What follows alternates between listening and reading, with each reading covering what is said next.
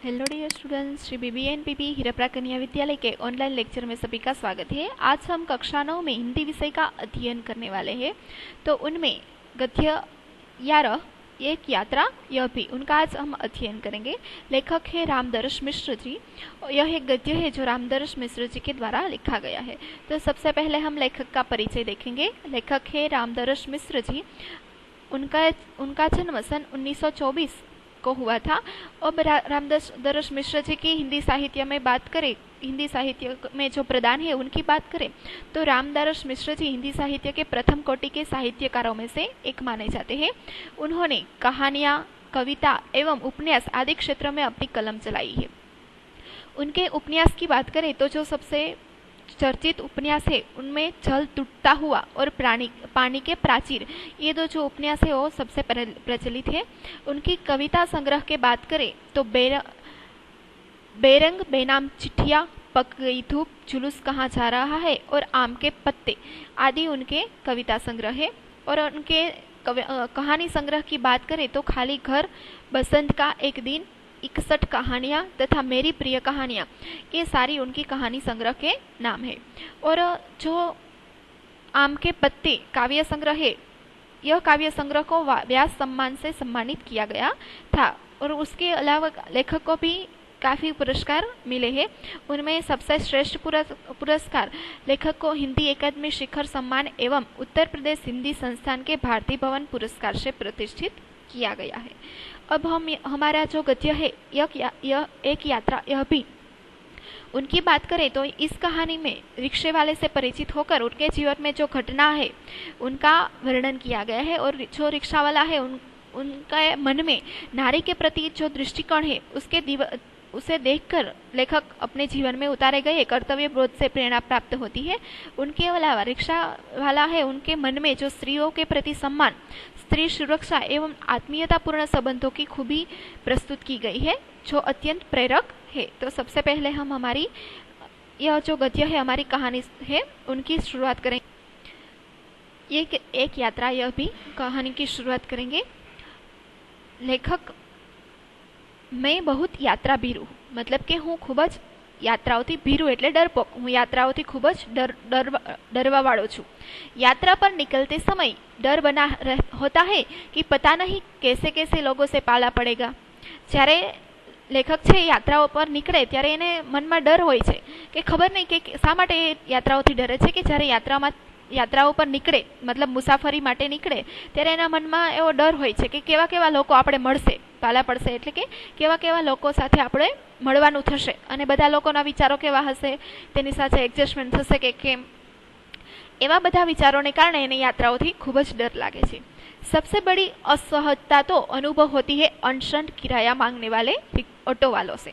અને બધાથી વધારે અસહજતા, मतलब કે બધાથી વધારે તકલીફ ત્યાં પડે છે કે જે મન ફાવે તેમ કિરાયા એટલે કે પૈસા માગે। આપણે જ્યારે ઓટો રિક્ષા કરાવીએ, અજાણ્યા શહેરમાં ગયા હોય અને ઓટો રિક્ષા કરાવીએ ત્યારે ઓટો રિક્ષાવાળા છે મન પડે એટલું કિરાય, मतलब કે ભાડું લઈ લે, એનાથી સૌથી વધારે મુશ્કેલી પડે છે।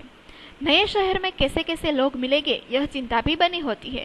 જ્યારે યાત્રાઓ પર લેખક જાય ત્યારે એને મનમાં એવા વિચાર આવે કે નવા શહેરમાં આપણે કેવા કેવા લોકો મળશે, એવા પણ એના મનમાં જુદા જુદા વિચારો આવે છે। એટલા માટે એને યાત્રાઓથી ખૂબ જ ડર લાગે છે। तो इस बार एक डॉक्टर से मिलने के लिए ग्वालियर जाना पड़ा। આ વખતે છે જે વ્યક્તિની વાત છે એ વ્યક્તિ છે ગ્વાલિયર જવાનું થયું ડોક્ટરને મળવા માટે, ડોક્ટર પાસે। पत्नी साथ थी इसलिए अस्वस्थी बनी हुई थी। જે વ્યક્તિ હતા એ એકલા જ મુસાફરી કરવા માટે નતા જતા, એમના પત્ની પણ એમની સાથે હતા, એટલે થોડીક અસ્વસ્થી કે આપણે એક જ જતા હોય તો જવાબદારી ઓછી પડી, પરંતુ એના પત્ની સાથે હતા એટલે થોડીક अस्वस्थता હતી એના મનમાં। સ્ટેશન પર ઉતરતે ही ऑटो वाले पीछे पड़ गए। જે વ્યક્તિ હતા એ જેવા સ્ટેશન ઉપરથી ઉતર્યા ત્યાં જ રિક્ષાવાળા એના પાછળ પડી ગયા કે પોતાની રિક્ષામાં બેસાડવા માટે। हम चुपचाप आगे बढ़ते रहे। लेखक અને એમના પત્ની છે એ ચૂપચાપ કંઈ બોલ્યા વગર, કોઈને પણ જવાબ આપ્યા વગર એમ જ આગળ વધતા રહ્યા। એક નવયુવક ઓટોવાલા સાથ લગ ગયા। એક નવયુવક એટલે કે એક યુવાન ઓટો રિક્ષાવાળો હતો એની સાથે લાગી ગયો, मतलब એની પાછળ આવી ગયો। हम कुछ बोले बिना आगे बढ़ते रहे कि उसकी आवाज आई। લેખક અને એની પત્ની છે એ કંઈ બોલ્યા વગર એમ જ આગળ વધતા હતા ત્યાં પેલા ઓટો રિક્ષાવાળો એની સાથે સાથે આવતો હતો એ એને અવાજ આપ્યો, મતલબ કે એ બોલ્યો. શું બોલ્યો?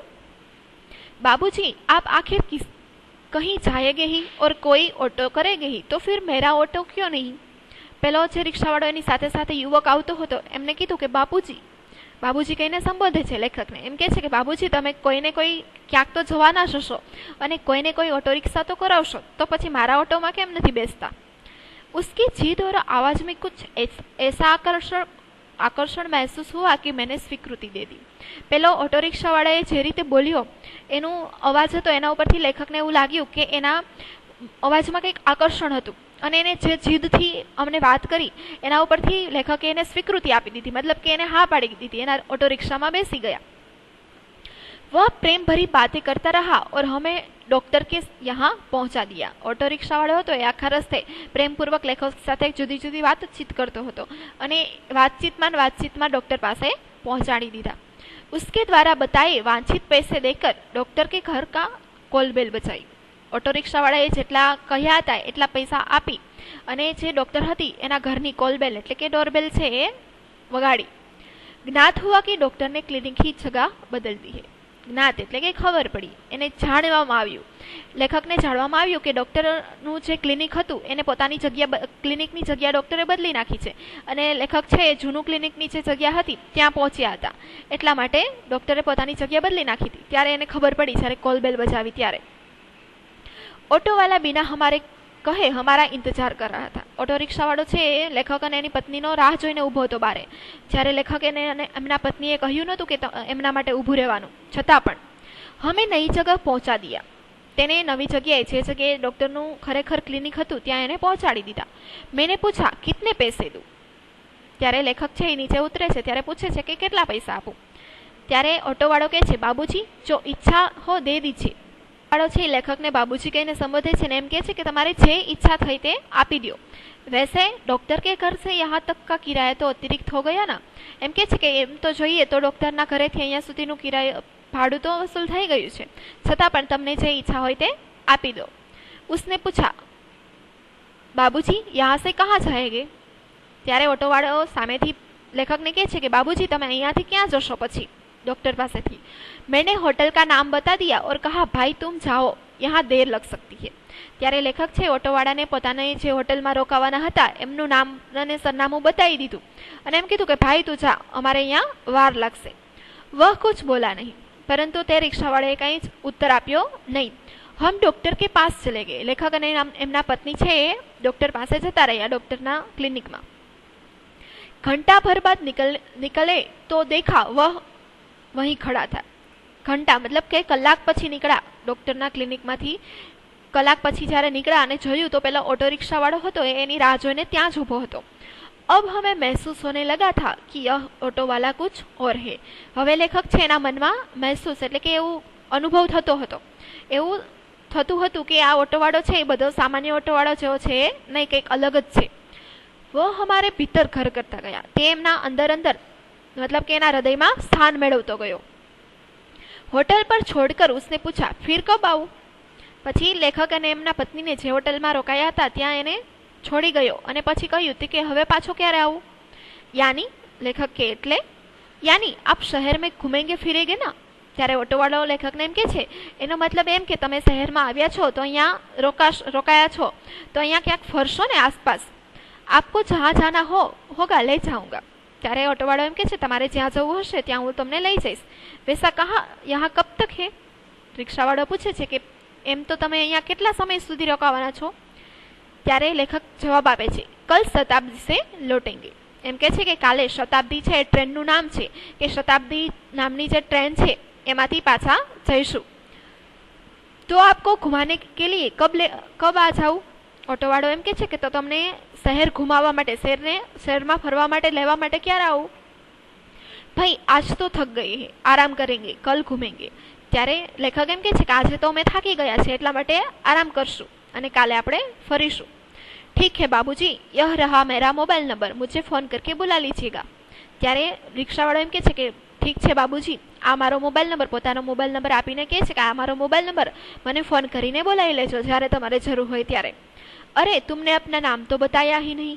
लेखक पूछे छे, अरे ते ताરું नाम तो કહ્યું જ નહીં। ત્યારે રિક્ષાવાળો કહે છે, મોહન। રિક્ષાવાળાનું નામ શું હતું? મોહન। ત્યારે લેખક કહે છે, मोहन अच्छा नाम है। लेखक કહે છે કે मोहन खूब જ સરસ નામ છે। दूसरे दिन घूमने का कार्य शुरू हो गया। બીજા દિવસે આખા શહેરમાં જે ફરવા માટેનું હતું એ કાર્યક્રમ શરૂ થયો। वह बहुत प्रेम से एक के बाद एक स्थान दिखाता गया।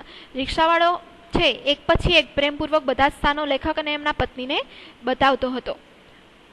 मुझे बाबूजी और पत्नी को अम्मा नाम से संबोधित करता रहा। लेखक ने बाबूजी कहीने बोलावतो हतो ने एमना पत्नी ने अम्मा तरीके संबोधी अने बोलावतो हतो। घूम घुमाकर होटल पर लौटे तो चाय पीने के लिए उसे भी कमरे में बुला गया। लेखक अने एमना पत्नी छे आखुं शहर घुमाव्युं पेला रिक्शावाळाए अने घूमी फरी अने पाछा होटल उपर ज्यारे आव्या त्यारे लेखक अने एमना पत्नीए ऑटो रिक्शावाळो जे हतो तेमने पण पोताना रूममां चा पीवा माटे बोलाव्यो। वह बहुत संकोच के साथ आया। पेला रिक्शावाळो छे पेला तो आवतो नतो, तेने थोड़ुं संकोचनी लागणी अनुभवाती थी, संकोच थतो तो एमनी साथे चा पीवा माटे। चाय पान के साथ हमारी पारिवारिक वार्ता शुरू हो गई। ए बने चाय पानी साथे पोतानी पारिवारिक वार्ता मतलब के रिक्शावाळा साथे पोतानी परिवारनी वातो छे ए बधा करवा मांड्या। पत्नी ने पूछा, बेटे तुम ग्वालियर कहो। लेखकना पत्नीए पेला रिक्शावाळाने पूछ्યું કે बेटा तू अहींया ग्वालियरनो ज छे? नहीं अम्मा, मैं मूलतः आगरा का हूँ, यहाँ आना पड़ गया। त्यारे रिक्शावाळा कहे छे कि नहीं अम्मा, हूँ मूळ तो क्यांनो छूं? आगरानो छूं, परंतु मारे अहींया आववुं पड्युं। हमें लगा कि वह कहते कहते कुछ भर आया है। लेखक अने एमना पत्नीने लाग्युं कि आ वाक्य ज्यारे बोल्यो त्यारे थोड़ोक भराई गयो होय, के मनमा आम खूब ज अंदरथी તેમનું મન છે એ ભરાઈ આવ્યું હોય એવું એમને લાગ્યું। इसलिए चुप रहे, એટલા માટે છે બંને ચૂપ રહ્યા। लेकिन वह स्वयं बोलने लगा, परंतु रिक्शावाળો છે પોતાની કહાની છે પોતાની મોઢે પોતે જ કહેવા लाग्यो। आगरा में अपना घर है। પેલા रिक्शावाળો પોતાની કહાની કહે છે કે આગ્રામાં મારું પોતાનું ઘર છે। माँ बाप तो बचपन में ही गुजर गए, बड़े भाई ने मेरी परवरिश की। एने कीधुं के माँ बाप छे एमना माता पिता नानो हतो त्यारे ज गुजरी गया हता, परंतु तेना मोटा भाई छे तेने तेनी उछेर कर्यो। भाई वकील है और मैं भी बीए पास हूँ। एमना भाई छे वकील हता अने जे मोहन हतो ए पण बीए पास करेलो हतो। कोई नौकरी खोज रहा था कि પછી મોહન એની સ્ટોરી કે છે કે હું બીએ પાસ એટલે કે કોલેજમાં આર્ટ્સ સુધી ભણેલો હતો, આર્ટ્સ વિષય આર્ટ્સ ફિલ્ડમાં બીએ કરેલો હતો એટલે ગ્રેજ્યુએટ હતો, એટલા માટે કંઈક નોકરીની શોધ કરતો હતો, પરંતુ એને વાત છે અટકાવી નાખી। एक चुप्पी सी छा गई, बधा चुप થઈ ગયા। એના લેખક એમના પત્ની અને મોહન બોલતો બોલતો ચૂપ થઈ ગયો। हमें लगा कि उसके साथ कोई अवांछित घटना घटी है। लेखक અને એમના પત્નીને એવું લાગ્યું કે એમની સાથે કોઈ અવાંછિત એટલે કે અવિશ્વસનીય કોઈ એવી દુર્ઘટના ઘટી છે। उससे छेड़ा नहीं किंतु उसने फिर से कहना शुरू किया। એટલા માટે લેખકે એને પત્નીએ એને પૂછ્યું નહીં, વધારે કંઈ છંછેડ્યો નહીં, પરંતુ મોહન છે પોતાની જાતે ફરીથી એની વાત કહેવાની શરૂ કરી। मैं नौकरी की तलाश में इधर उधर भटक रहा था। मोहन एम कहे कि हूँ नौकरी शोध में आम थी तेम भटकतो हतो। एक दिन भटक कर लौट रहा था कि रास्ते में एक परिचित लड़की मिल गई। एम कहूँ कि एक वक्त हूँ आम नौकरी शोधतो शोधतो भटकी अने पाछो आवतो हतो, त्यां एक परिचित एटले के ओळखीती छोकरी छे ए मळी गई। बदहवस सी घिघियाती हुई बोली, मोहन मुझे बचा लो। बदहवस एटले शुं थाय? एकदम विफल, व्याकुळ, एकदम व्याकुळपूर्वक। घिघियाती एटले के एकदम डरेली होय, एकदम करुण स्वरमा मोहन ने कह્યું, मोहन मने बचावी ले। क्यों, क्या हुआ? मोहने पेली छोकरी ने पूछ्યું, केम शुं थयुं? मेरे माँ बाप एक आधड़ के हाथ मुझे बेच रहे हैं। पेली छोकरीए मोहन ने कह્યું કે મારા માતા પિતા છે મને આધેડ એટલે કે અડધી ઉંમરના मतलब 50 વર્ષનો વ્યક્તિ સાથે મને વેચી રહ્યા છે। मैं कुएं में गिरकर जान दे दूंगी किंतु उस खुसट आधेड़ के साथ नहीं जाऊंगी। छोकरी छे मोहन एम कहे कि हूँ कदाच कुआमां पड़ीने मरी जईश, परंतु ते खुसट એટલે કે ગમે નહીં તેવો અપ્રિય એવો આધેડ જે મોટી ઉંમરનો વ્યક્તિ છે એની સાથે નહીં જાઉં। मैं बहुत असमंजस में पड़ गया। लेखक एम के सॉरी मोहन एम कहे छे कि खूब ज असमंजस એટલે કે एकदम दुविधामां पड़ी गयो, कि एकदम डरी गयो कि શું કરવું એ કંઈ समझ पड़ी नहीं। क्या करूँ, शू करूँ, कर भी क्या सकता हूँ? मनमा विचारतो तो कि हूँ शू करी शकूँ छोकरी माटे, अने करी पण शू करूँ શું શકતો હતો, કારણ કે એમના માતા પિતા જેને વેચી નાખતા હતા તો મોહન કંઈ કરી શકે એમ હતો નહીં. મુझे लगा कि स्टेशन चलना चाहिए. મોહનને એવું લાગ્યું કે સ્ટેશન એટલે કે પોલીસ સ્ટેશનની વાત છે અહીંયા, કે મોહનને એવું લાગ્યું કે એના છોકરીને લઈ અને પોલીસ સ્ટેશને જવું જોઈએ. વહાં ઉસે લે ગયા ઓર થાનેદાર સે હકીકત બયાન. તે છોકરીને લઈ અને પોલીસ સ્ટેશને ગયા, મોહન અને પેલી છોકરી બંને. અને થાનેદાર એટલે કે જે હવાલદાર હતો એને આખી હકીકત, એની આખી સાચી ઘટના છે એ જાણ ગઈ. વે કુછ દેર સોચતા રહ્યા કે ક્યા કિયા જા સકતા હૈ. પેલો જે ત્યાંના થાનેદાર હતા એ થોડાક સમય માટે વિચારતા હતા કે આના માટે હું શું કરી શકું. थानेदार साहब बोले, इसकी एफआईआर लिखकर उसके माँ बाप को हवालात में बंद कर देता, लेकिन फिलहाल चिंता इस लड़की की है कि आखिर इसके लिए क्या किया जाए. थानेदार થોડુંક વિચારીને બોલ્યો કે આના માટે એફઆઈઆર મતલબ ફર્સ્ટ ઇન્ફોર્મેશન રિપોર્ટ, કોઈ પણ આપણે ફરિયાદ કરીએ ત્યારે સૌથી પ્રથમ શું કરવામાં આવે, એની એફઆઈઆર લખવામાં આવે, ત્યાર પછી જ બધું પ્રોસેસ ચાલુ થાય. એટલે થાનેદાર એમ કહે છે કે આ છોકરીની સામે એના મા બાપની વિરુદ્ધ એફઆઈઆર લખવી અને એના મા બાપને હવાલાતમાં મતલબ કે જેલમાં બંધ કરી દઉં. પરંતુ અત્યારે આ ચિંતા છોકરીની છે કે આ છોકરી માટે હું શું કરી શકું. એક छोटी सी चुप्पी के बाद एकाएक बोला, तुम्हारी शादी हो गई है. થોડીક ચુપ્પી છવાઈ ગઈ, મતલબ કે થોડાક મૌન વ્રત છવાઈ ગયું. થોડીક સમય માટે થાનામાં જે પોલીસ સ્ટેશન હતું એમાં થાનેદારને બધા ચૂપ થઈ ગયા. અને પછી થાનેદારને અચાનક વિચાર આવ્યો અને એકાએક અચાનક બોલી ઉઠ્યા, તારી મેરેજ લગ્ન થઈ ગયા છે. મતલબ કે મોહનને પૂછ્યું કે તારા લગ્ન થઈ ગયા છે. મેને ન મેં સિર હિલાયા. ત્યારે મોહન છે ને નકારમાં માથું હલાવ્યું કે નથી થયા. તો બોલે, તું इससे शादी क्यों नहीं कर लेते. ત્યારે થાનેદારે કીધું, તો તું એક કામ કર, તું આની સાથે લગ્ન કેમ નથી કરી લેતો. મેં તો इस आकस्मिक प्रस्ताव से चकरा गया. મોહનને આવો આકસ્મિક એટલે કે અચાનક જ આવો પ્રસ્તાવ મળ્યો, એનાથી એકદમ ચકરા મતલબ કે આમ સ્તબ્ધ થઈ ગયો કે શું કરું ને શું કરું ન કરું એની કઈ સમજ પડી નહીં. किंतु कुछ पल बाद लगा कि इसमें बुराई क्या है. થોડીક વાર મોહને વિચાર્યું પછી એને લાગ્યું કે એમાં કઈ ખોટું છે નહીં. मैंने कहा, सर इससे तो पूछ लीजिए. ત્યારે મોહન છે એ પેલા થાનેદારને કહ્યું કે સર તમે છોકરીને તો પૂછી જો. थानेदार ने उससे पूछा तो उसने स्वीकृति सूचक सिर हिलाया, लेकिन થાનેદાર છે એને પેલી છોકરીને પૂછ્યું કે તું મોહન સાથે લગ્ન કરીશ, તો તેને સ્વીકૃતિ માટે હકારમાં માથું હલાવ્યું. પરંતુ લેકિન ક્યાં મોહન. અહીંયા મોહન છે આખી વાત કોને કહેતા હોય, પેલા લેખકને બાબूजी કહેતા હોય. ત્યારે બાબूजी એમ કે છે, પરંતુ શું મોહન. बाबूजी, लेकिन यह कि भाभी की बहन से मेरी शादी करना चाहती है, बात तो तय हो चुकी थी. परंतु મોહન છે બાબूजी એના લેખકને એમ કે છે, બાબूजी વાત એમ નથી કે ભાભી છે એમના ભાઈના પત્ની હતા, એની બેન સાથે મોહનના લગ્ન કરાવવા માંગતા હતા અને વાત છે નક્કી થઈ ગઈ હતી. फिर लेखक के छे, પછી बाबूजी मैंने सोचा भाभी जी की बहन से तो कोई भी अच्छा आदमी शादी कर लेगा.